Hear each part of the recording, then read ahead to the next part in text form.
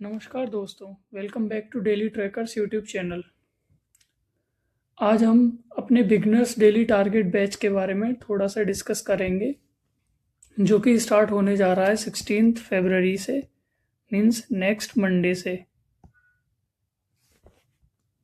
So guys, ये video mainly उसी batch को ध्यान में रखते हुए है।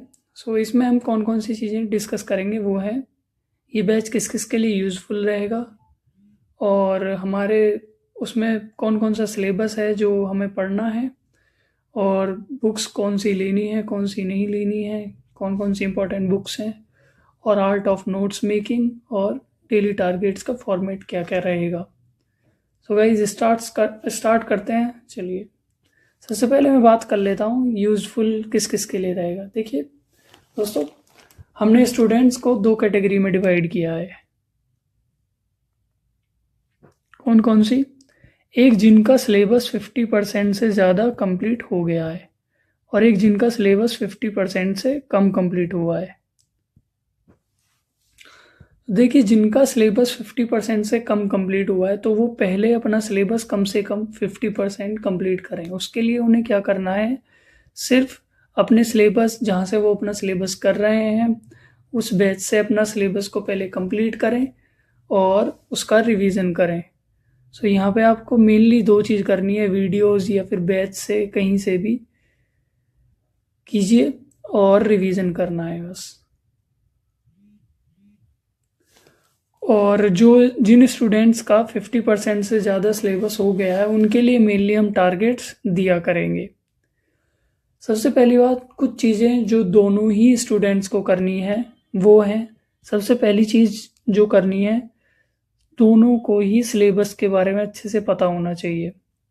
सो क्या करना है, अब आपको सिलेबस की पीडीएफ डाउनलोड कीजिए किसी भी वेबसाइट से और उसे अपनी हैंड राइटिंग में पेज के ऊपर लिखिए और अपनी स्टडी टेबल पे या फिर अपने स्टडी रूम में उसे चिपका लीजिए। दूसरी चीज़, 15 मिनट की रीडिंग कंपलसरी है, दोनों को करनी है।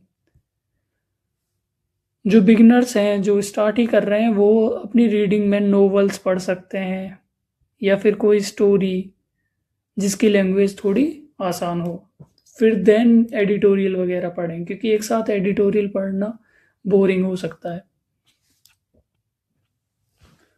और अब बात करते हैं मॉक्स की। देखिए, सेक्शनल्स तो डेली देने ही आपको, और जो फुल मॉक्स हैं वो आप वीकेंड्स पे या फिर ऑल्टरनेट डेज पे दे सकते हैं।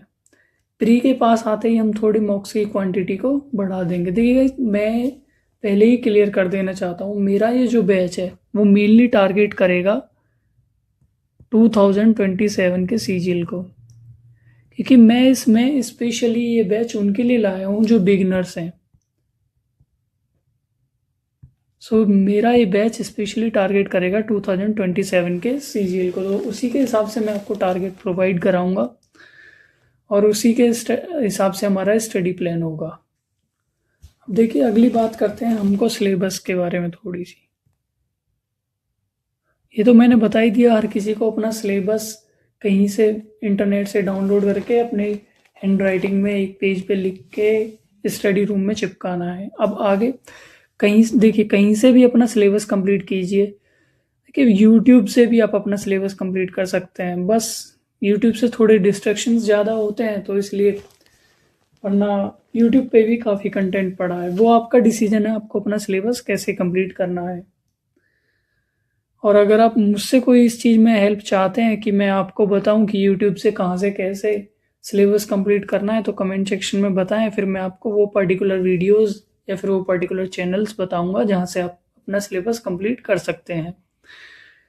प्लस सिलेबस करने के साथ साथ में आपको कुछ बातों का ध्यान रखना है, जैसे कि सिलेबस मान लीजिए स्पेशली मैथ्स के लिए, जब आपके 1 से 2 चैप्टर कंप्लीट हो जाएं तो वीकेंड्स पे इन 2 चैप्टर्स के 10 क्वेश्चंस आपको करने हैं।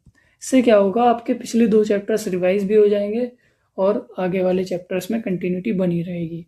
और जिनका सिलेबस 50% से ऊपर हो गया उन्हें क्या करना है, 10 × 5 मतलब 5 सब्जेक्ट्स के, सॉरी 5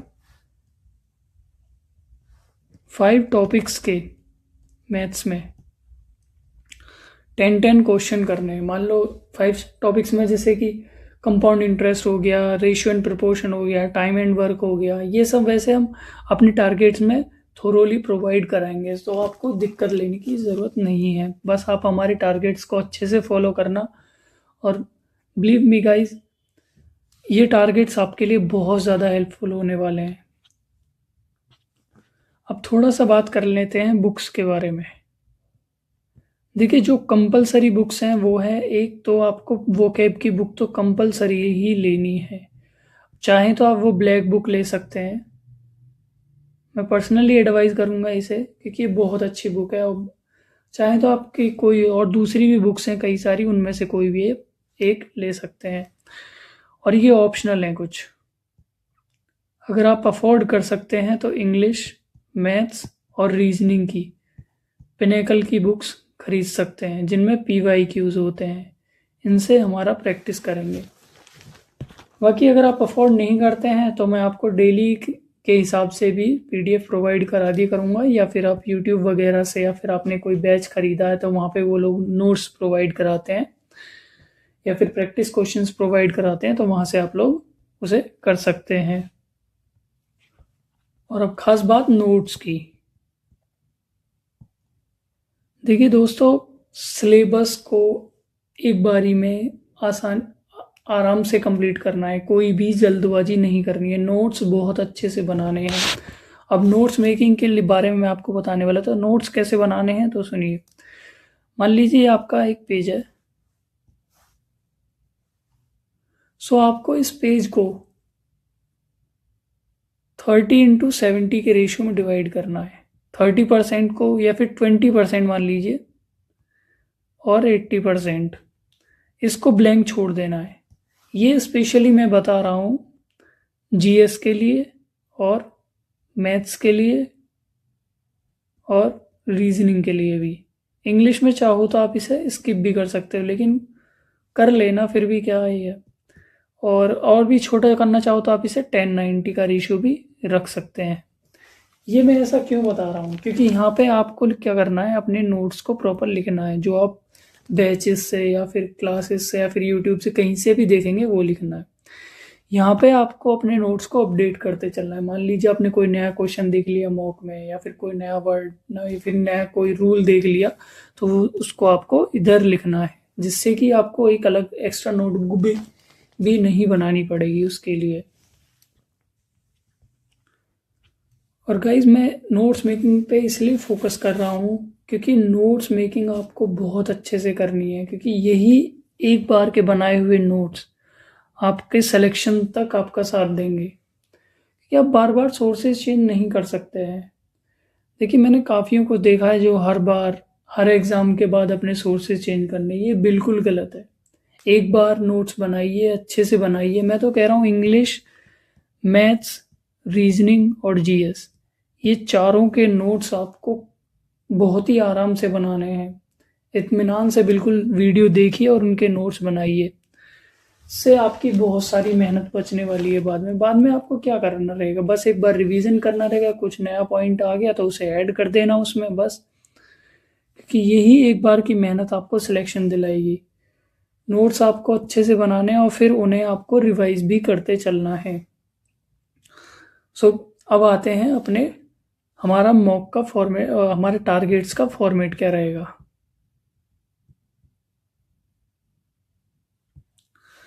देखिए, हमारा टारगेट्स मेनली 7 to 8 आवर्स को टारगेट करेगा। मतलब कि पर डे में 7 to 8 आवर्स की स्टडी चाहिए होगी। उसमें हमारा 2 to 3 आवर्स आपके वीडियो लेक्चर्स या फिर सिलेबस को कंप्लीट करने में जाएंगे।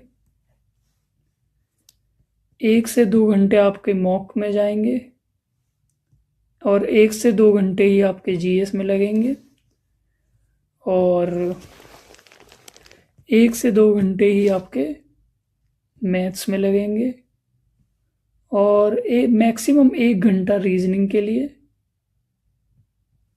और 1 घंटा इंग्लिश के लिए। सो वही आपके 1, 1, 2, 4, 6, 8, वही मतलब 7-8 घंटे का बन जाएगा आपका।